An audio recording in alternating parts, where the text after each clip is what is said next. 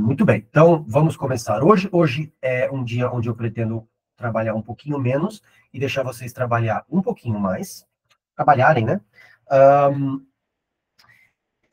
Eu trouxe algumas últimas coisas importantes aqui. Eu trouxe algumas últimas coisas importantes desse livro que eu queria, de novo, recomendar para vocês todos.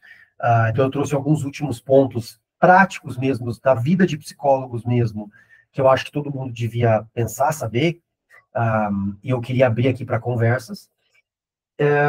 Mas antes disso, eu vou deixar aberto a primeira parte da aula para ouvir vocês falando um pouquinho sobre os textos que vocês leram. Bom, só para retomar em 2 minutinhos a problemática, né? Eu mandei para vocês inúmeros textos de várias diferentes epistemes, né? Da fenomenológica existencial, da humanista, comportamental, psicanalítica, para vocês terem, assim, alguma experiência com algum texto com o qual vocês não estavam familiarizados, né? E a ideia era uma pergunta muito simples, assim. Semana passada eu defendi para vocês, e eu espero que vocês me contradigam se vocês não estiverem satisfeitos com a minha posição. Eu espero isso de vocês, mas eu defendi que a escolha por uma episteme, seja psicanalítica, comportamental, qualquer que seja, ela é muito mais honesta quando ela é feita do ponto de vista da ética de uma abordagem do que quando ela é feita do ponto de vista epistêmico, né, que vocês iam ter dificuldade em escolher uma abordagem pelas suas características epistemológicas. Tipo assim, qual que é a natureza do sujeito, ou alguma coisa assim. Que vocês iam ter muito mais facilidade em escolher uma abordagem baseada na pergunta como que isso aqui vê o mundo, como que isso aqui vê os seres humanos e as suas relações consigo mesmo e com os outros, qual que é o bem no contexto dessa teoria, qual que é a felicidade no contexto dessa teoria, e assim por diante. Então, problemas éticos, né? Problemas de como se vive a vida. Bom, e aí eu dei os textos para vocês. Então, eu queria que vocês falassem, a partir dos textos que vocês leram, um pouco dos textos que vocês leram, o que vocês leram, e que a gente pudesse discutir aí, todos nós, para não ficar na responsabilidade de uma pessoa, né? Qual que é a ética daquela abordagem, qual que é a postura daquela abordagem, qual que é o sentido que aquela abordagem dá para a vida, né, dos seres humanos, como é que ela pensa um ser humano. Né? Então, esse é o plano para hoje. Depois, no finalzinho, eu termino aí com alguns mitos aí que eu queria desfazer da psicologia, que o Luiz Cláudio Figueiredo faz bem melhor do que eu. Tá? Muito bem. Eu vou começar pedindo para a Isa falar que ela é a primeira na ordem alfabética. Importante lembrar, bom, obviamente, é claro, né? Não é, claro, são os nossos preconceitos, que nem a Mariana falou, né? Não é uma terapia que o cara tirou da bunda e inventou e tá tirando sarro. É um negócio muito sério, que foi trabalhado durante décadas, e é realmente um negócio muito interessante, tem bastante coisa para contribuir. Então, vamos fazer em passos, né?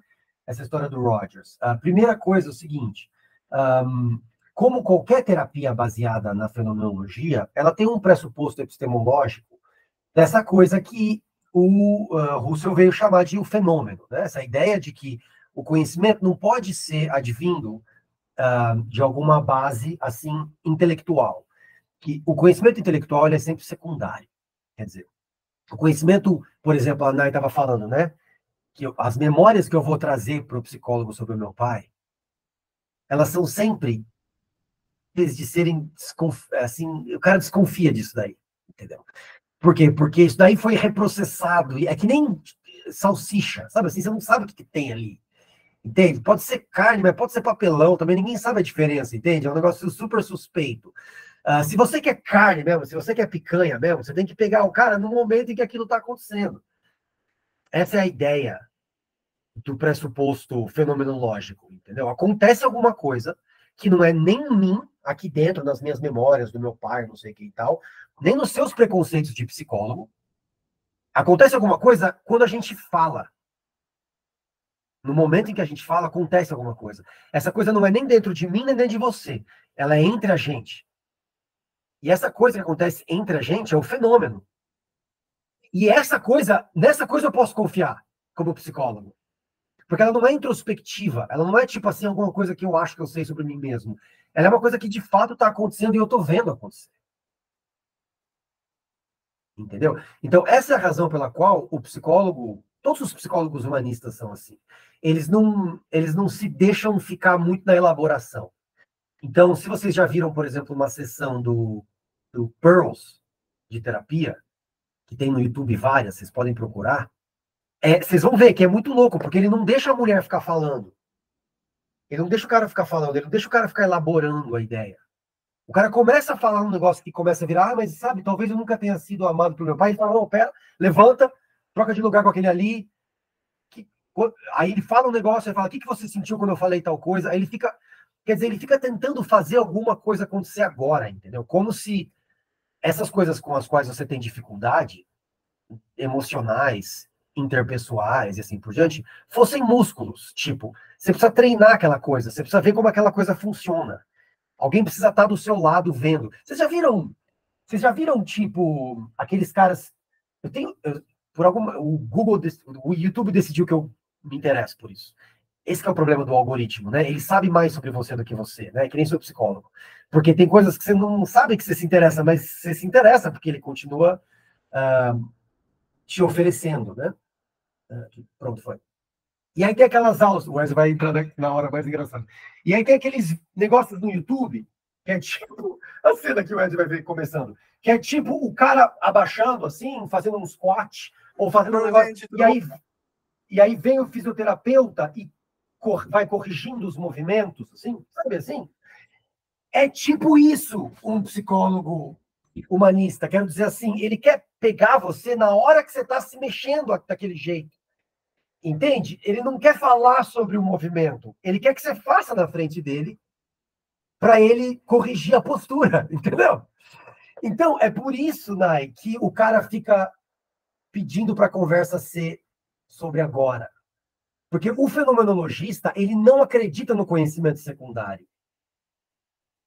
Ele desconfia desse conhecimento, entendeu? Ele acha que não presta. Ele pensa que o conhecimento que realmente é confiável é o conhecimento do que você consegue produzir nesse momento. Pode falar. Mas aí como que ocorre a intervenção? Deixa o Da parte do... microfone ligado se não tiver barulho na sua casa. Assim você já fala. Fala de novo. Eu queria saber como que ocorre, então, a intervenção do psicólogo humanista. Eu não entendi muito bem essa parte. Então, eu também não, eu não sou especialista em terapia humanista. E é bom dizer também que tem vários tipos diferentes de psicologia humanista, de abordagem humanista. Eu estou falando, na verdade, não estou falando de humanista, essa não é a palavra certa, eu estou falando psicologias com base fenomenológica. Então, eu estou partindo do pressuposto epistemológico. Então, tipo, tem a fenomenológico existencial, tem a humanista, tem a do Rogers, tem a do Moreno, que é o psicodrama, enfim, tem algumas. E todas essas são fenomenológicas, epistemologicamente falando, tá? No sentido de que todas elas não partem nem do pressuposto do inconsciente, nem muito menos do pressuposto do comportamento, mas do pressuposto do fenômeno, como não tem como usar essa palavra, como fenômeno de estudo, como objeto de estudo, tá? Então, eu te digo assim, das que eu já vi e já experimentei, eu te digo assim, tem, por exemplo, no caso da Gestalt, tem muito psicologia de grupo, e aí tem assim, e aí a psicologia de grupo é um prato cheio para o psicólogo fenomenológico existencial, porque ele vê as relações entre as pessoas. Então, muito do que veio a se tornar psicologia de grupo no meio do século XX, 1960, 1970, foi desenvolvido nas bases da fenomenologia. E é muito interessante ler, muitos dos textos sobre psicologia do grupo são baseados em fenomenologia. E é muito interessante ver, porque o grupo em si forma um organismo. Sabe assim? Você põe qualquer número de pessoas junto e o negócio começa a pegar ali, uns começam a querer namorar, outros dois se odeiam, outros dois não sei o quê. Sabe assim? Você começa a ver as coisas borbulhando assim. E aí o psicólogo fenomenológico, né?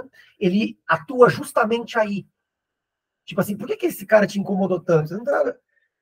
Ou, entende? Olha o tipo de pessoa pela qual você se atrai. Ou, tipo, olha o que você está causando como efeito num grupo de pessoas. Ou, e assim por diante, né? Hoje o Ramiro estava falando sobre, tipo, os dramas de grupo no curso de psicologia, né? Ah, um cara não faz nada, o outro começa a brigar porque quer expulsar, o outro fala, mano, deixa em paz. É isso. Então, quer dizer, tá vendo? Aqui ele não está pensando no pai do cara há 20 anos atrás. Ele está pensando no que está acontecendo na frente dele, percebe? Esse é o fenômeno.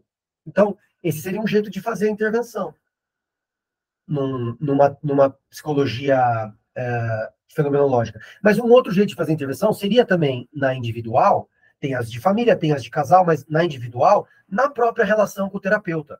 Então, isso que a gente chama de transferência e contra-transferência na psicanálise, o terapeuta fenomenológico, e tá difícil aí, Ezra? O terapeuta fenomenológico trataria como material de trabalho, percebe? Eu acho que está mais entretida com o que está acontecendo na câmera do Ezio do que Gente, desculpa, cara. O bagulho tá. Não tem problema nenhum, fica tranquilo. Se quiser, pode deixar a câmera desligada até se acertar e depois você liga. Eu tenho a impressão de que agora vai, Tá perdão. tipo na montanha russa aqui. Muito bom. Faz sentido, mais ou menos, Tenan?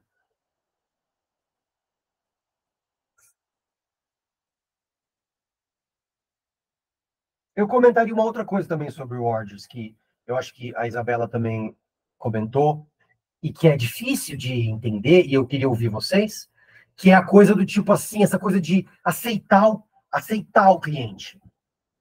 Eles chamam de cliente, né? Aceitar o cliente. Tipo assim, o quanto que esse cara está disposto assim, se encontrar como um ser humano diante de outro ser humano, vou dizer assim. O quanto que esse cara está disposto, o Rogers, a não, assim, tomar um papel.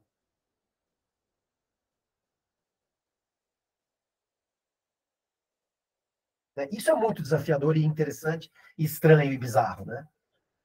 Quer dizer, o quanto que você estaria disposto como psicólogo a sentar na frente de alguém e, tipo, ouvir a pessoa realmente, assim. Tipo, como você, assim, como Isabela, como Mariana, como Paloma. Sentar na frente da pessoa e ouvir a pessoa. Assim. Que estranho!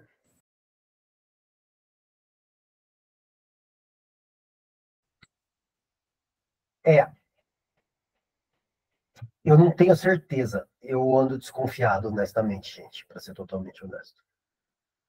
Eu vou falar um negócio, eu devia até cortar do. Vou até cortar do vídeo do YouTube, porque isso não devia ser para consumo geral, mas. Eu vou dizer um negócio para vocês, tá? Aqui, assim, fica entre nós, tá? O Wes está entrando aqui, agora ele tem que saber que não é sempre isso que eu faço. Geralmente a gente está falando de coisas mais teóricas, assim, mas eu ando desconfiando de um jeito muito profundo da nossa educação.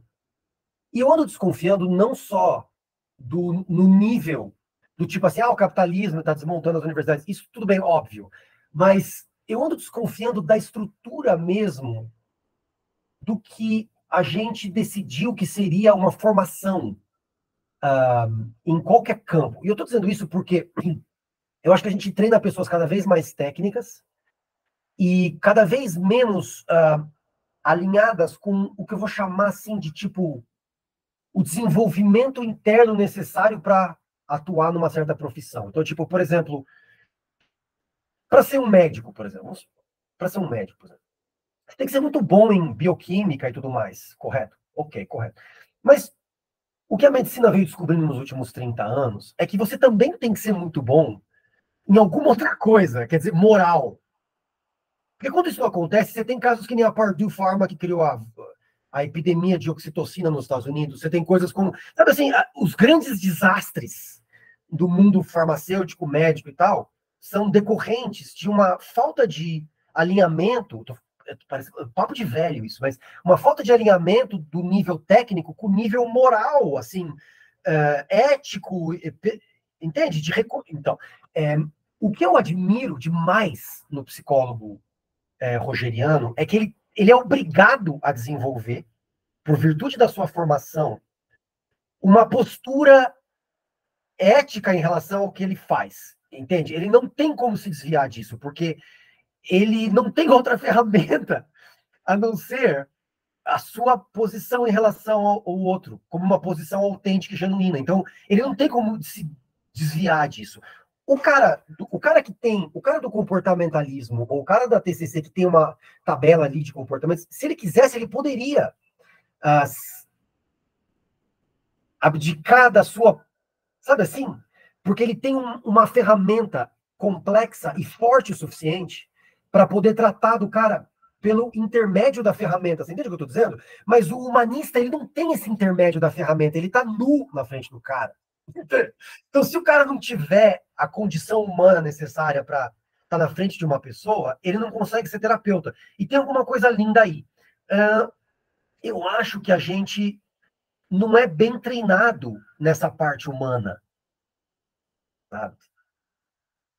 Eu acho que a gente não é bem treinado nessa parte, assim, de tipo, você tá mesmo afim de, assim, lutar pelo bem dos outros? Você tá mesmo afim de... porque tem vezes, cara, eu fico sempre surpreso como a gente tá deficiente nisso. Tipo, eu trabalho com o João, contei pra vocês, além de muitas outras coisas que eu faço, eu trabalho em consultoria. E o João é um cara super, super bem sucedido, sabe? Ganha muito bem, é super reconhecido no mundo do business. E às vezes eu me pego, tipo, sendo assim, cínico. Olha só que engraçado, né? O cara que devia ser o cara da esquerda, o cara do materialismo histórico, o cara, eu me pego sendo mais cínico do que ele, que vive no business, assim, sabe? Às vezes eu tô trabalhando numa empresa assim, eu tô pensando assim, é uma empresa, sei lá, sabe? E ele tá preocupado genuinamente com o que está acontecendo naquela empresa. Porque a empresa também é um organismo e as pessoas também sofrem ali dentro, entendeu? E as coisas também precisam ser resolvidas. Quer dizer, tem uma coisa de genuinamente querer o bem ou sei lá o quê, entendeu? Trabalhar numa coisa, melhorar as coisas, que eu acho que falta na nossa educação, sabe? E se mais nada, eu tiraria essa lição dos humanistas.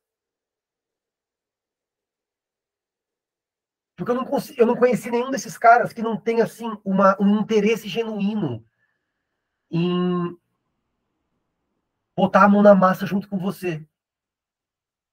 Pô, me fala o que tá acontecendo, vamos conversar aqui, vamos ver. É pelado pra caralho, eu admito, eu também tenho esse preconceito, que nem vocês. Eu penso assim, cara, o cara tá pelado na clínica dele, ele só tem o que ele tiver ali naquele dia, ele não tem mais nada, entendeu? Porque ele tem que ir conversando, ele tem que ir sentindo, ele tem que ver se ele dá conta daquilo. Mas, ao mesmo tempo, eu admiro pra caralho, porque eu penso, cara, esse cara ele não consegue, nenhum dia ele consegue estar fora do ar, assim, sabe? Se ele foi pra clínica, ele tem que estar lá. E eu acho isso bonito, sei lá, entendeu? O Rogers tem essa coisa, assim, de tipo, ele senta na frente, vocês podem procurar no YouTube, por favor, façam isso. Domingo amanhã vocês vão estar no computador, fazendo tarefa de casa, fazendo não sei o que e tal. Aqueles pads que vocês amam tanto. Aproveitem, entrem no YouTube e procurem, tipo, Rogers Sessão Clínica. Vai aparecer umas 15, 20, tem um monte de gravação dele.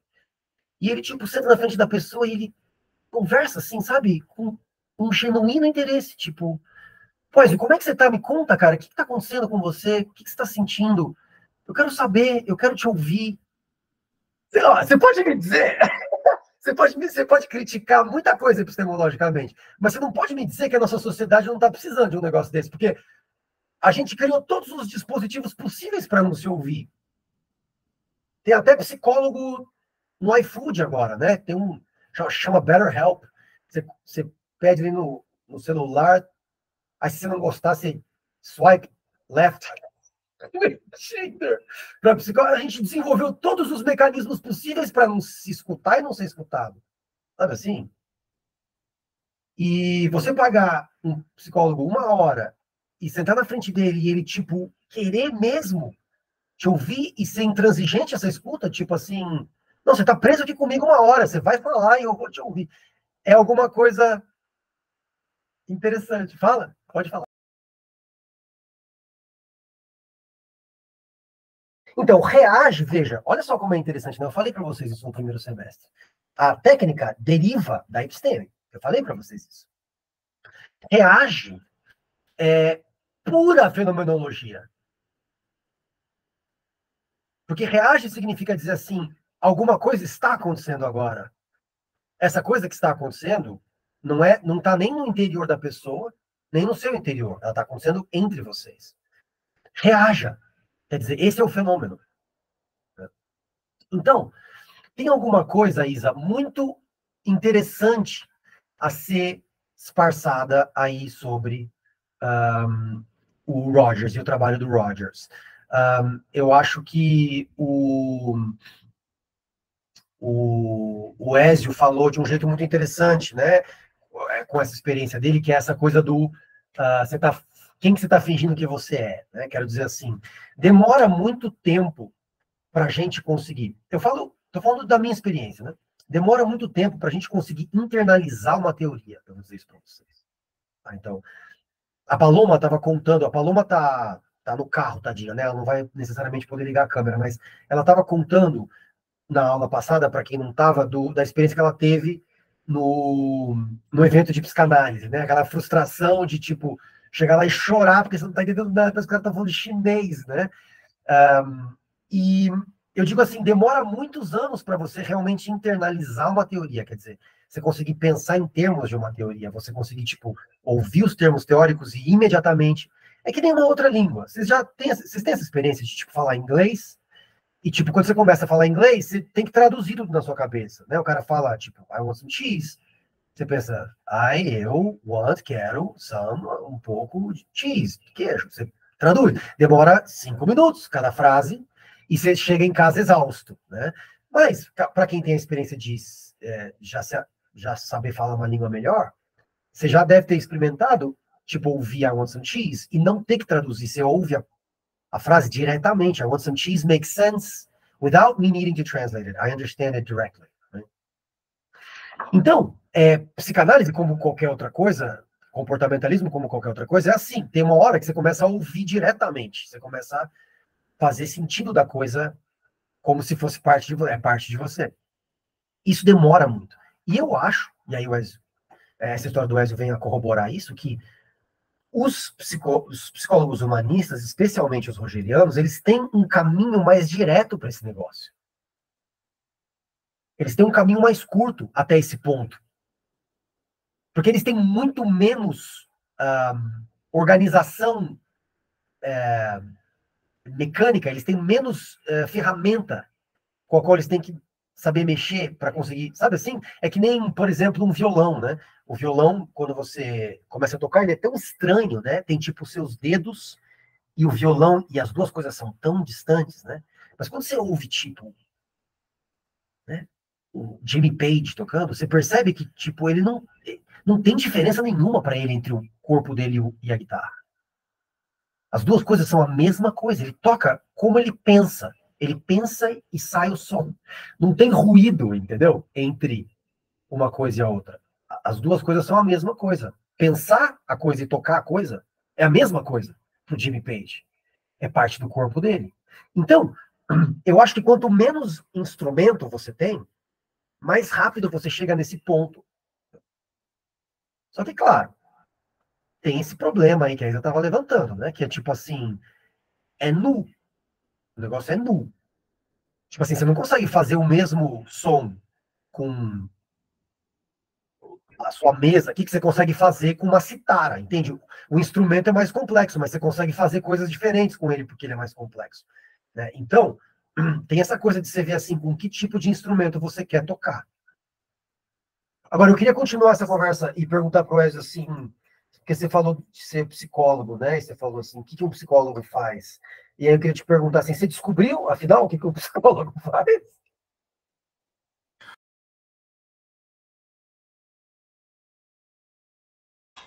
Então, bom, primeiro eu diria assim, vocês não podem, eu conhecendo o Wesley, eu acho que ele já vai querer fazer isso. Vocês não podem colocar tudo no mesmo negócio e falar assim, esse é um efeito universal da terapia. Porque dá essa impressão. Tem coisas que dão a impressão de que, bom, tanto faz a abordagem, então, porque né, parece que acontece transferência de qualquer jeito, parece que acontece efeito terapêutico de qualquer jeito, então qual que é a diferença? Faz qualquer uma, né? Quer dizer, eu te diria assim, tem jeitos muito radicalmente diferentes de lidar com isso, né?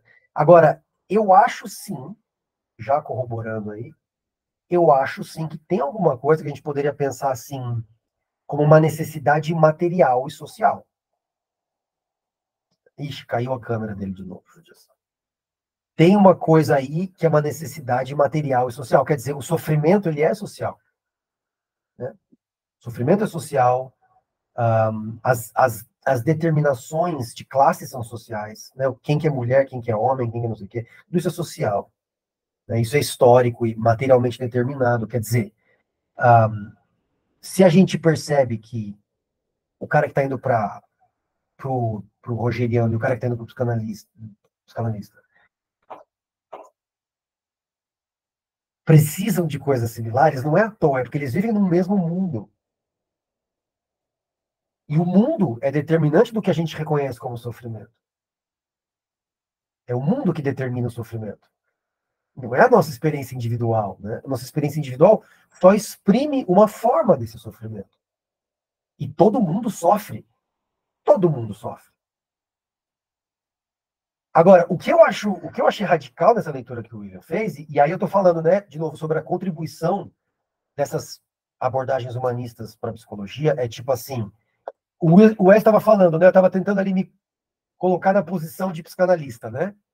E o cara foi radicalmente bom o suficiente, né? Ele teve escuta o suficiente, ele teve presença de espírito o suficiente para sentir que, por exemplo, aquela ali, o negócio dela era não falar. Isso precisa de um alto nível de segurança para fazer, entendeu? Porque qualquer cara de começo de carreira ia querer, entendeu? Tipo, deixa eu tratar essa pessoa aqui, deixa eu tratar, entendeu? Deixa eu fazer valer o dinheiro que ela está me pagando aqui. E naquele caso, fazer valer o dinheiro era só deixar ela em paz por uma hora. É radical isso daí. É radical conseguir fazer isso daí internamente como psicólogo. Eu quero dizer assim, para pensar nisso, né? É radical conseguir abrir o seu ouvido largo o suficiente, tipo, abrir largo o suficiente, tá pronto para qualquer coisa a ponto de, tipo, chegar lá e... Ai, silêncio aqui. Ok. Sabe assim? E, tipo, sentir que você tá trabalhando porque você tá em silêncio. Sentir naquele momento que aquele é o seu trabalho. Que você tá, tipo, ativamente em silêncio. Entende? Você não tá, tipo, tirando uma soneca. Você tá, tipo, ativamente repercebendo a necessidade do silêncio. Tipo,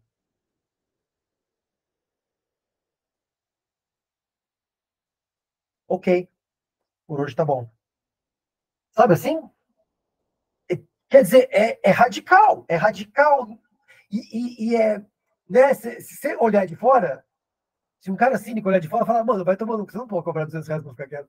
Entendeu? Tipo, mas é o trabalho do psicólogo, entendeu? Tipo, é difícil pra caralho fazer isso. Não, não é. A maioria das pessoas, eu te prometo, a maioria das pessoas do mundo não consegue fazer isso daí. Tem que encher o. Ah, mas eu? Ah, mas eu? Olha os meus 5 anos de faculdade aqui, o jaleco. O jaleco. Entendeu? O cara tem que ter culhão para ficar em silêncio, entendeu? O cara tem que ter culhão para falar assim, não, isso aqui é o que a menina precisa. E ver que isso tem um resultado. E isso vai de encontro com esse pressuposto assim fundamental de que tem alguma coisa no conhecimento do psicólogo que é, eu até vou já trazer, porque tem alguma coisa no conhecimento do psicólogo que é tácito. né? Então, aqui ele fala as relações entre conhecimento tácito e conhecimento explícito, entre experiências e discursos representacionais, devem ser mantidos em um nível de tensão ótimo, quer dizer, não legal, quer dizer, otimizado, né? Isso implica a não coincidência, ou seja, a teoria não deveria coincidir com a prática.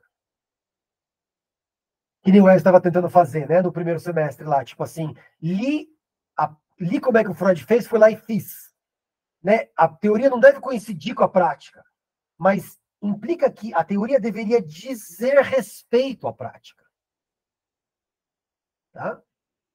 Ou seja, tem uma relação entre um conhecimento que tem a ver com um discurso representacional, que é a teoria, que é o discurso que está representando alguma coisa, o conhecimento explícito, tá? E uma outra coisa, gente, que é a experiência, que é um conhecimento tácito que você não consegue compartilhar. Você vai para a supervisão e você leva esporro, que nem o Wesley levou. Mas você não consegue escrever num livro. Vou te dar um exemplo super clássico da psicanálise, tá? Na década de 50, o Lacan foi expulso da Associação Freudiana de Paris. E tinha a ver com um monte de coisa política, mas tinha a ver também com o fato de que o Lacan... Olha quem que eles expulsaram. O Lacan, ele deixava isso que o Figueiredo falou. Ele deixava a teoria dizer respeito à prática. Então, por exemplo, o Freud, nos notas, recomendações para um psicanalista, volume 12, ele fala sobre tipo, o horário, sobre o valor que ele cobra, sobre não sei o quê. Tá? Ele dá umas regrinhas assim, de como fazer a terapia. Tá? Ok. Todo mundo sempre seguiu isso daí. Até hoje, a gente segue mais ou menos. O Lacan falou mais ou menos. Eu não sigo isso aí direito, entendeu? Por exemplo, ele desenvolveu essa ideia do tempo lógico. Que alguns de vocês talvez já tiveram ouvido falar, que tem a ver com o tempo do inconsciente de produzir algum resultado. Então, ele diz assim, a terapia não deve ser de 50 minutos, a terapia deve ser o tempo necessário para o inconsciente chegar onde ele vai chegar naquele dia. E é ali que você precisa parar. Não adianta você encher o resto do tempo com linguiça, porque o cara precisa ficar ali. Então, quando um psicanalista está no meio de uma sessão, 25 minutos de sessão, e o cara fala alguma coisa, e o psicanalista fala, para aí, por hoje chega. Esse cara é lacaniano. Agora, ele deixou de ser freudiano? Olha o problema. Olha a questão interessante. O Freud falou 50 minutos, certo? O Lacan foi lá e fez 25, ok? Deixou de ser freudiano? Você entendeu o que eu estou dizendo? O Lacan diria assim, para eu poder respeitar o Freud, eu tenho que desobedecer o Freud. Porque foi o Freud que me falou do inconsciente, ele diria. Foi ele que falou. Eu estou só levando o que ele falou até o fim. Percebe? Então, veja, a teoria, ela é difícil dizer isso sem soar pseudociência. Mas a teoria, ela é só the blueprint, o plano Projeto. Baixa. Isso. Mas ela não é a coisa, ela não é o prédio de fato. O prédio de fato você tem que construir no terreno que você encontra. E para você trabalhar no terreno que você encontra, você tem que fazer todo tipo de modificação no plano. Como é que chama? Planta baixa.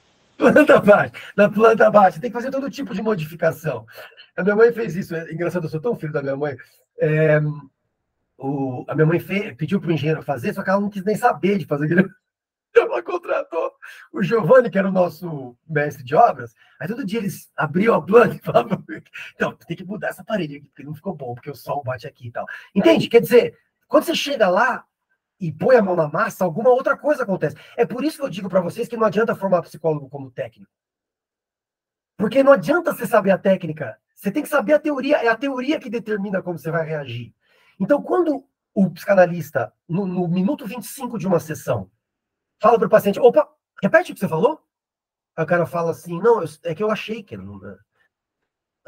ok, por hoje chega. Quando ele faz isso, e manda o cara embora, e o cara fica puto, porque ele pagou 1 hora e ganhou 25 minutos. E fica com aquela frase lá, trabalhando a semana inteira, ouvindo aquela frase na cabeça. Quando ele faz isso, ele está respeitando uma regra teórica. Que é a regra, nesse caso, por exemplo, estou dando um exemplo que eu conheço melhor, né? Do inconsciente. Eu vou deixar o inconsciente trabalhar. O cara me pagou 1 hora, eu dei uma semana para ele, saiu barato pra caralho. Ele saiu daqui fazendo terapia, ele vai dormir hoje fazendo terapia, ele vai acordar no domingo fazendo terapia, ele vai voltar para cá na semana que vem, pensando no que ele falou semana passada, e saiu barato isso daí para ele. Saiu com desconto. O cara não saca isso, mas eu saco como psicólogo, eu não tenho que dar desculpa para ninguém.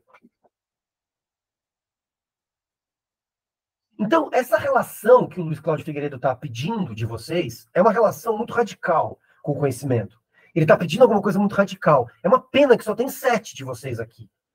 8, conto no Capalon, tadinho. É uma pena que não estão todos aqui. Porque isso que ele está pedindo de vocês é um negócio que todo futuro psicólogo deveria ouvir. Entendeu? Que é essa coisa que o William trouxe. Que é assim, você tem que ter coragem de, se precisar, ficar quieto. Você tem que ter coragem de, se precisar, mandar o cara embora depois de 20 minutos. Você tem que ter coragem de cobrar R$1 do cara, ou R$500 do cara, dependendo da relação dele com o dinheiro. Você tem que ter coragem de fazer o que seja necessário para escutar aquela pessoa. Mesmo que seja não deixar ela falar.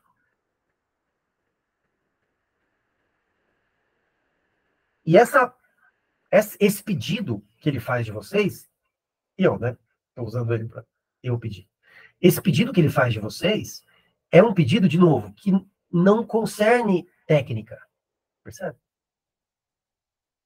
Concerne coragem e confiança, segurança interna. Concerne, tipo, disposição, presença de espírito. E aí eu acho que o Rogers tem muito para ensinar para a gente. A gente se esconde atrás da técnica.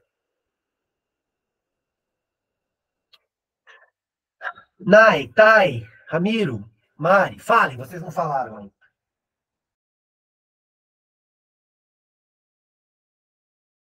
E ouvir as reações de vocês. Mas antes, eu vou só fazer 2 comentários para ajudar na resposta de vocês, tá? Primeiro comentário que eu queria fazer é que legal que a Nayara pegou um inverso, né? Ela é interessada em outras coisas, então ela pegou justamente esse que foi inverso, e é do que interessa para ela, e é muito legal essa experiência, porque uma coisa que eu ouço muito, que eu vejo muito, é as pessoas criticando coisas que elas nunca leram, né? Então é muito legal a gente tirar o tempo para ler pelo menos um pouco do que a gente gostaria de criticar, até para entender a nossa posição melhor, né?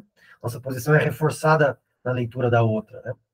Bom, eu vou resolver só um problema técnico na sua leitura, né? E aí depois eu vou deixar essa parte da liberdade, do ambiente e tal, para os outros comentarem, porque eu quero ouvir também o comentário do Will sobre isso. Eu sei que ele lê um pouco mais de comportamentalismo, e quem mais quiser responder. Veja, quando o Skinner fala sobre a relação, você tem razão, constitutiva entre sujeito e ambiente, ele está falando da relação constitutiva do sujeito e todos os ambientes. Não esse ambiente. Todos os ambientes. Ou seja, da história da relação do sujeito com o ambiente. Que ele chama de epigenético. Ou seja, significa dizer o seguinte, significa dizer que, não, obviamente, se você colocasse uma pessoa que viveu a vida inteira na Unicamp, lá com os bolsominions na Paulista, ela não ia, de repente, se transformar numa pessoa de direita. Por quê? Porque ela tem uma história que produz um peso, você pode imaginar como um jogo de peso. Você pode imaginar todo dia como um pezinho em algum espaço de...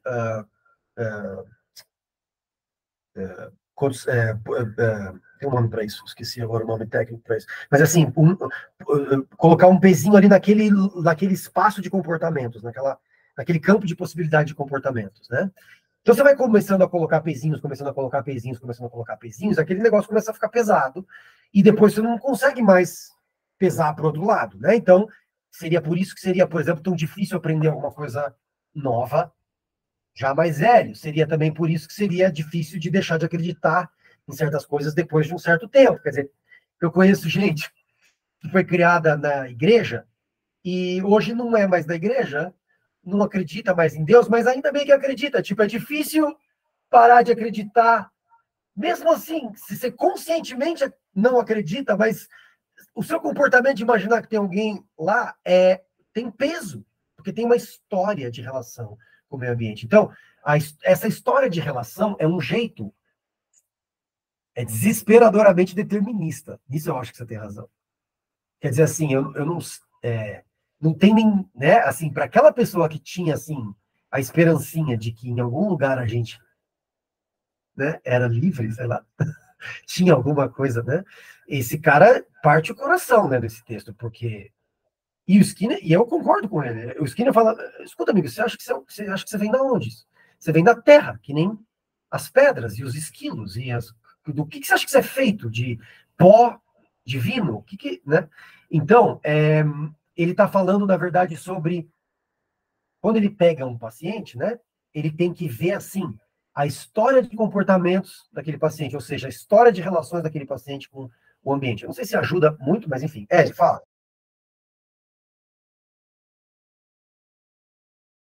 Tem uma coisa importante aí, né, que o Ezio levantou sobre o Skinner, e que, bom, primeiro eu vou dizer assim, sobre o Skinner, eu vou dizer assim, o Skinner é verdadeiramente um gênio. Ele é um dos grandes pensadores do século XX. Muito do que foi produzido no campo da psicologia só existe porque ele existiu e transformou o que era uma proposta de nicho, uma proposta laboratorial, que era o behaviorismo metodológico, dos fundadores do behaviorismo, nessa proposta radical que é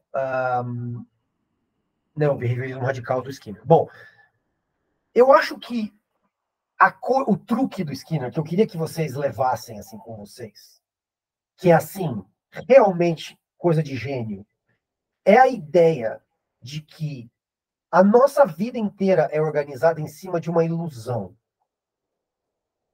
Que ilusão é essa? De que nós somos as origens do que a gente sente, pensa e quer. Essa ilusão. Tá?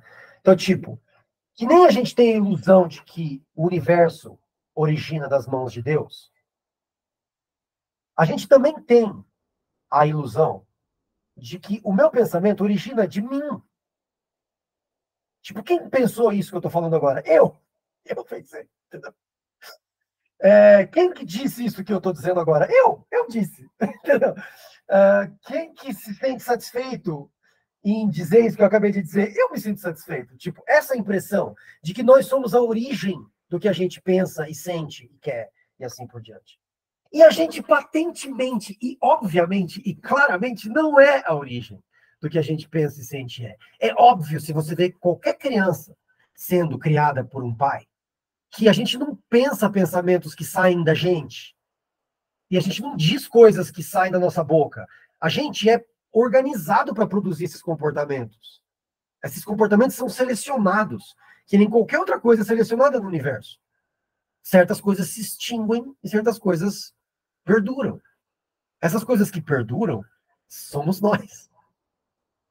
Então, tipo, todas as coisas que eu produzi em termos de comportamento, em termos de pensamento, em termos de, enfim, né, que não cola, que não se sustenta, que não faz sentido no ambiente em que eu vivo, elas vão sendo eliminadas por, sei lá, aqueles nomes do comportamentalismo, né? Por punição, por falta de reforço, por reforço negativo, as coisas todas, né? Essas coisas vão sendo eliminadas e vai sobrando as coisas que foram reforçadas. E as coisas que foram reforçadas eu chamo de eu, entendeu? Eu dou uma imagem e um formato e um limite para essa coisa. Eu chamo essa coisa de eu. Mas essa coisa é simplesmente as coisas que não foram eliminadas, que foram reforçadas. É isso que ele está chamando do mito da liberdade. Entendeu? A gente tem a ideia de que a gente tira do nada as coisas. Isso não é, gente, isso não é tipo, sei lá, consciente, não sei, não tem termo para isso. Isso não é intencional, vou dizer assim. Tipo, eu estou dizendo isso agora que eu estou dizendo, certo? Nesse momento. Olha que meta, né, esse pensamento. Mas eu estou dizendo isso que eu estou dizendo agora, certo? E essa coisa que eu estou dizendo precisa, para que eu consiga dizer ela, parecer para mim que sou eu que estou dizendo ela. Entendeu o que eu estou dizendo? Mas não sou eu que estou dizendo essa coisa. Eu tô numa trilha de pensamento aqui que alguém me ajudou a organizar, entendeu? Professores e livros e conversas e tal. Uma comunidade verbal, isso que o Skinner chama de uma comunidade verbal. Então, o que é a comunidade verbal? É todo o campo de reforços e punições que organiza o jeito que a gente pensa, fala, sente, assim por diante. Veja, é brilhante. Tipo, você pode falar o que você quiser. E você pode muito bem decidir que você não gosta. Eu não gosto. Mas você não pode dizer que não é brilhante. Porque é brilhante a ideia do cara, entendeu? Ele está querendo fazer para a psicologia o que o Darwin fez para a biologia. É isso que o cara é. Ele é o Darwin da psicologia. Ele está falando, mano, essas moscas não nascem da carne. Entendeu? Os bichos não são inventados do barro. Eles são selecionados. Isso vai acontecendo historicamente, na história da espécie, na história da civilização, e na história da vida do organismo. As coisas vão sendo selecionadas. O que sobra é um sujeito. A gente gosta de dizer sobre a gente mesmo que a gente é, assim, que a gente sai do nada. Mas a gente é simplesmente o resultado de um processo de seleção. Triplo, ele diz.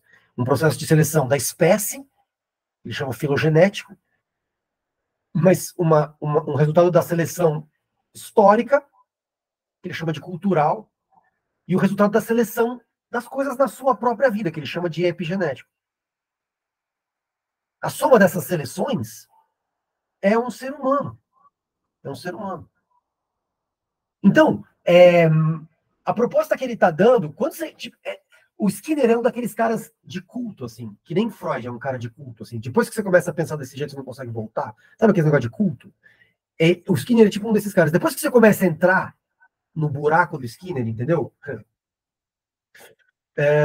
Você não consegue.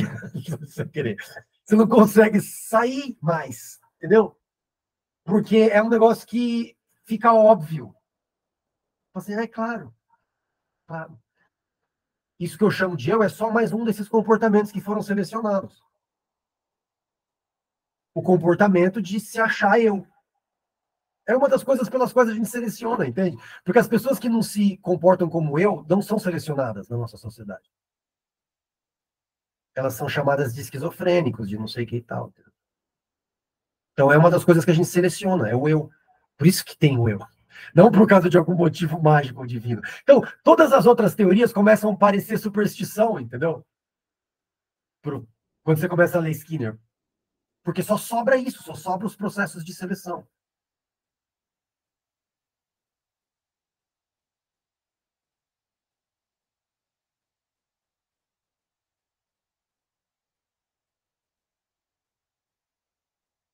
Quem que não falou ainda de alguma leitura que a gente não comentou? A gente já comentou de comportamentalismo. Eu não. Coisa mais íntima possível. Por exemplo, se você pegar a frase eu te amo. Se você pegar a frase eu te amo. Eu poderia dizer assim, poxa, eu te amo é um negócio tão difícil de provar, é um negócio tão difícil de determinar. Mas veja, se eu fosse um comportamentalista, eu diria assim, eu te amo é um claro pedido. É uma clara relação com o meio ambiente. Eu te amo significa assim, me dá um sorriso. Sabe assim, tipo, gosta de mim. Ou lembra do que eu faço. Entende o que eu estou dizendo? Eu te amo é todas as coisas que você pede para alguém quando você diz eu te amo para aquela pessoa. Entende? Inclusive, eu também te amo, eu te amo também. Sei lá. Entendeu? Quero dizer assim, eu te amo é uma frase que tem 5.000 implicações comportamentais. Eu te amo é desculpa. Eu te amo me dá um carinho aqui que eu tô carente. Eu te amo faz o que eu tô pedindo. Eu te amo 5.000 coisas diretamente relacionadas com o comportamento que você está esperando do outro, com o ambiente.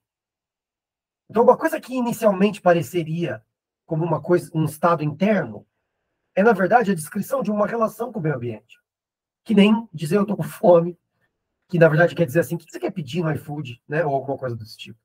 Que nem dizer, eu não acho, que é dizer assim, concorda comigo, ou... Entendeu o que eu estou dizendo? Todas as coisas que descrevem estados internos, a Mariana está apontando, né? Descrevem, na verdade, pedidos em relação ao meio ambiente. O Skinner diria. Então, é aquela coisa que depois que você começa a entrar, né, você começa a ter dificuldade de sair. Muito bem. Perfeito. E você, Fernando? Fala de Gestalt para nós.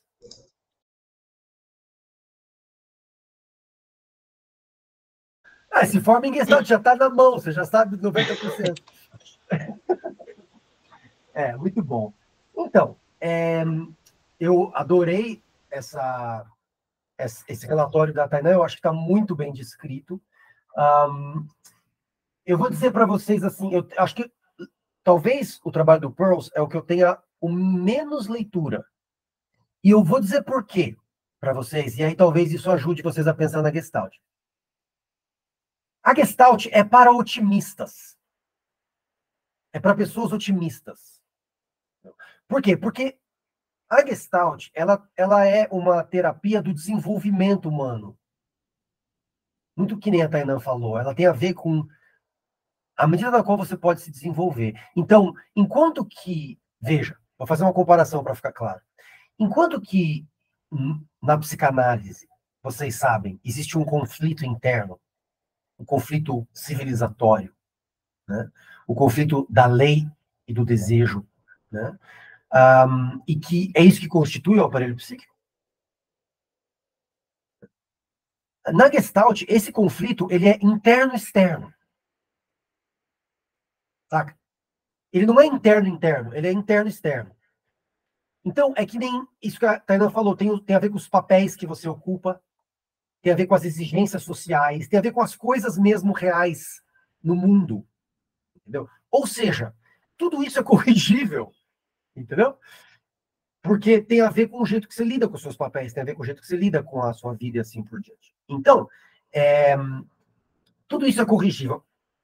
Em compensação, na psicanálise, esses são estruturas psíquicas.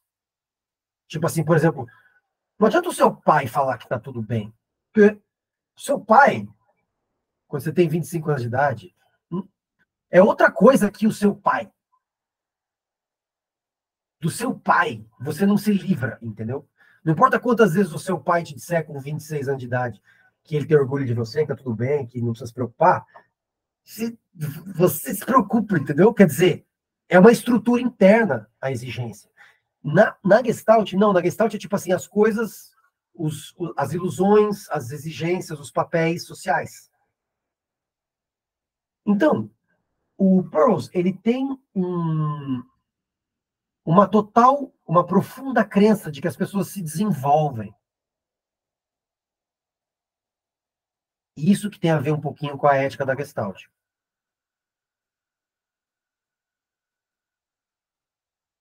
Fora isso, epistemologicamente, ela é desse pressuposto aí fenomenológico que a gente trabalhou no começo da aula. Ou seja, ela tem esse mesmo tipo de terapia experiencial, assim. Ele faz exercícios, ele pede para a moça levantar, ele comenta, aí senta de novo, aí senta no outro lado, aí fala o que você ouviu da outra pessoa. Aí assim, ele fica trabalhando no agora, que nem a Nayara falou no começo. Muito bom. Quem que não falou ainda? Quem que leu alguma coisa e não falou ainda?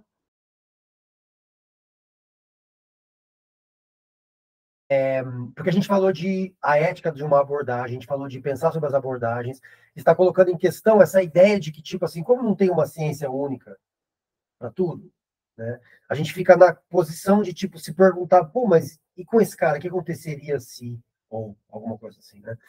Eu te digo o seguinte, uma ciência única, Ramiro, é um problema, porque uma ciência única presumiria uma única concepção de sujeito.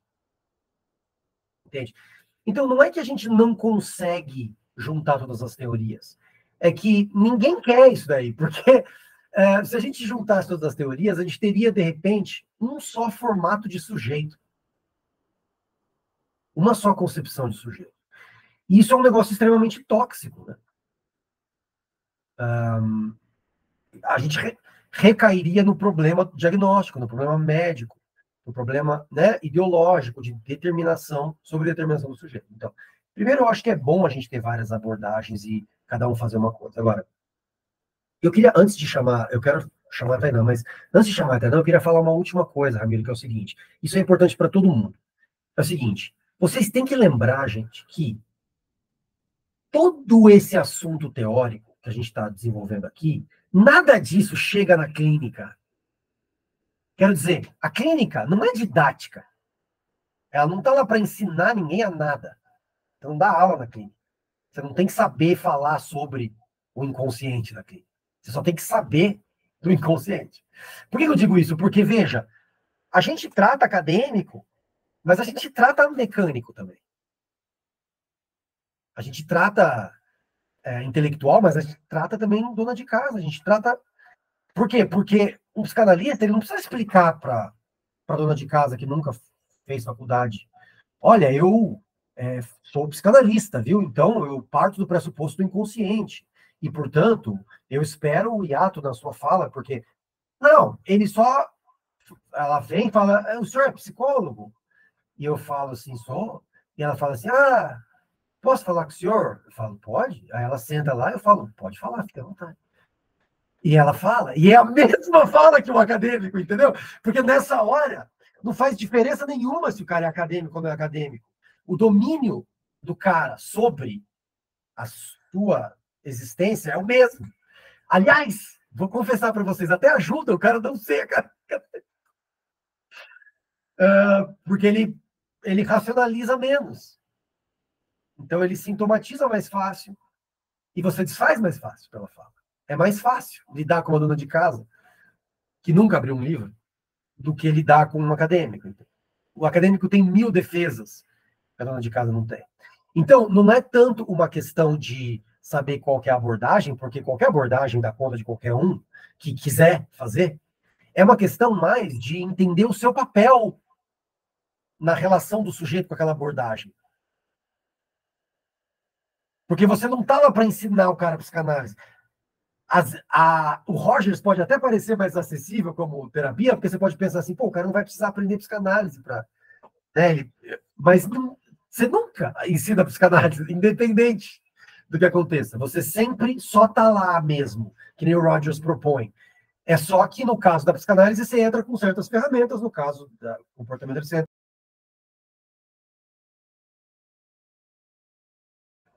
Muito bom, Taylor.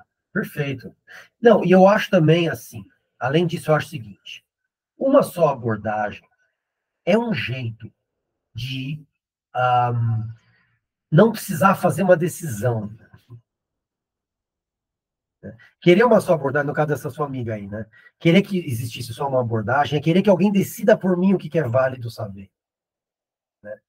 Não me pede para fazer essa decisão. Decide aí, me fala o que eu tenho que estudar, eu estudo. O psicólogo não tem esse luxo. O psicólogo tem que decidir por si mesmo, porque no fim do dia é a pele dele que está em jogo. Sendo rogeriano ou não sendo rogeriano, não faz diferença nenhuma. Você vai estar na frente de um ser humano. E, gente, eu vou te dizer, tem dia que, tipo, é difícil dar conta.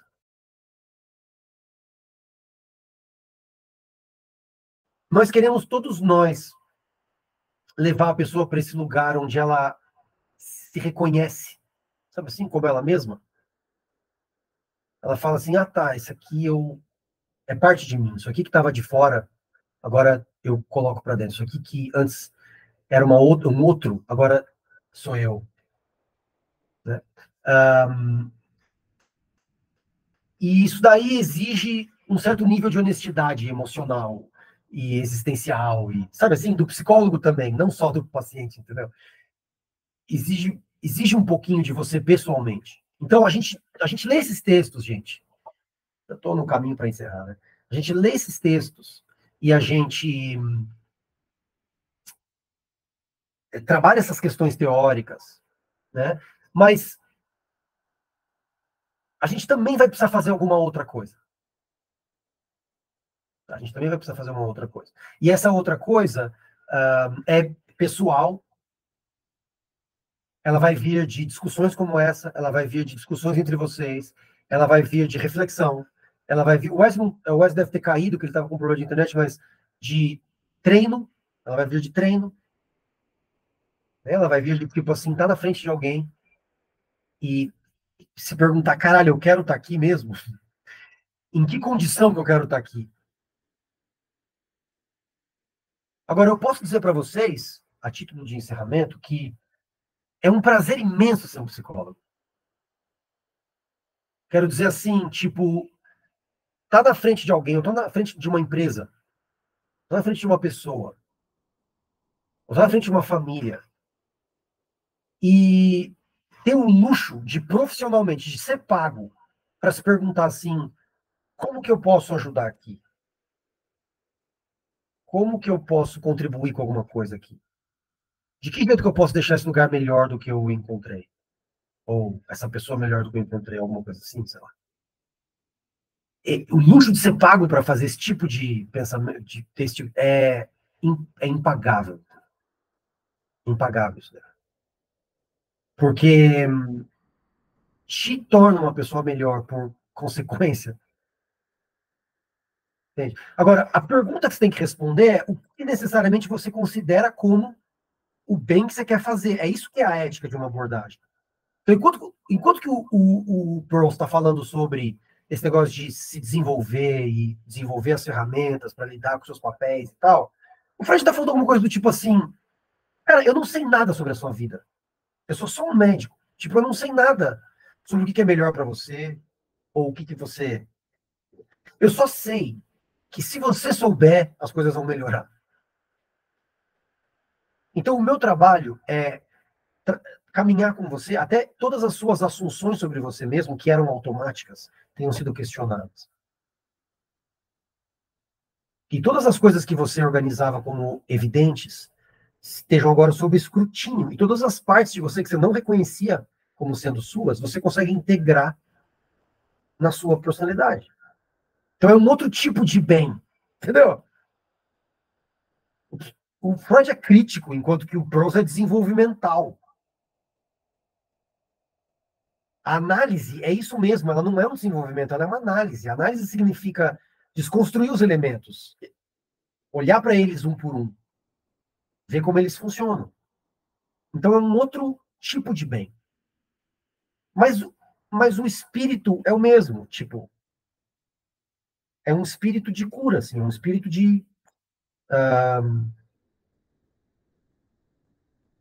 o que eu posso fazer aqui?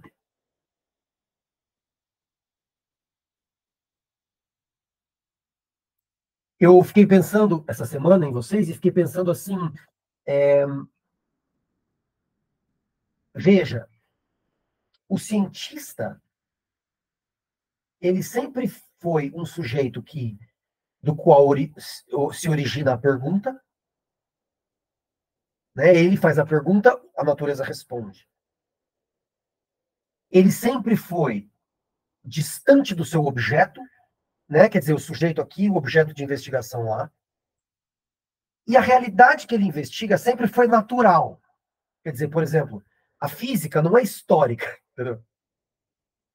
Tipo, a gravidade não era diferente em 1300, entende? Tipo, essas são as características do cientista. E eu estava pensando como as diferentes epistemes, elas criticam diferentes aspectos disso, né? Se você pegar as epistemes fenomenológicas, as humanistas, as existenciais, Rogers, Peirce e tal, todos esses, eles não acreditam nessa distância do sujeito com o objeto. Né? Se você pegar o comportamentalismo, ele não acredita que o sujeito pode originar uma pergunta. Né? E se você pegar a psicanálise, bom, a psicanálise não acredita em porra nenhuma, né? Então aí é uma outra. E eu estou dizendo isso porque, como eu estava terminando esse livro, eu estava querendo discutir com vocês semana que vem o livro do Althusser, que é Introdução à Filosofia para Não Filósofos. Esse livro é especialmente bonito porque ele fala de todos os processos assim que a gente chama de filosóficos, mas que são ideológicos, na verdade. Tipo as abstrações, as universalidades, todos os procedimentos burgueses que a gente chama de ciência. Então, é um texto muito interessante.